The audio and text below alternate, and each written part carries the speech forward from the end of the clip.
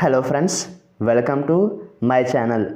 ఈరోజు చూడమంటే కామర్స్, దీని తెలుగులో వాణిజ్యం అని అంటారు.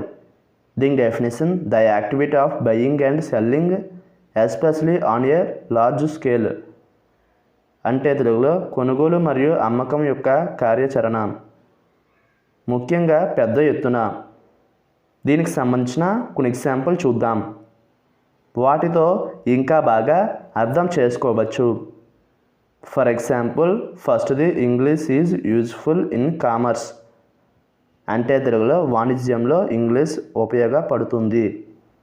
దీని next example and final example: Osaka is the centre of commerce in Japan. అంటే తెలుగులో జపాన్లో ఓస్కా వాణిజ్య కేంద్రం.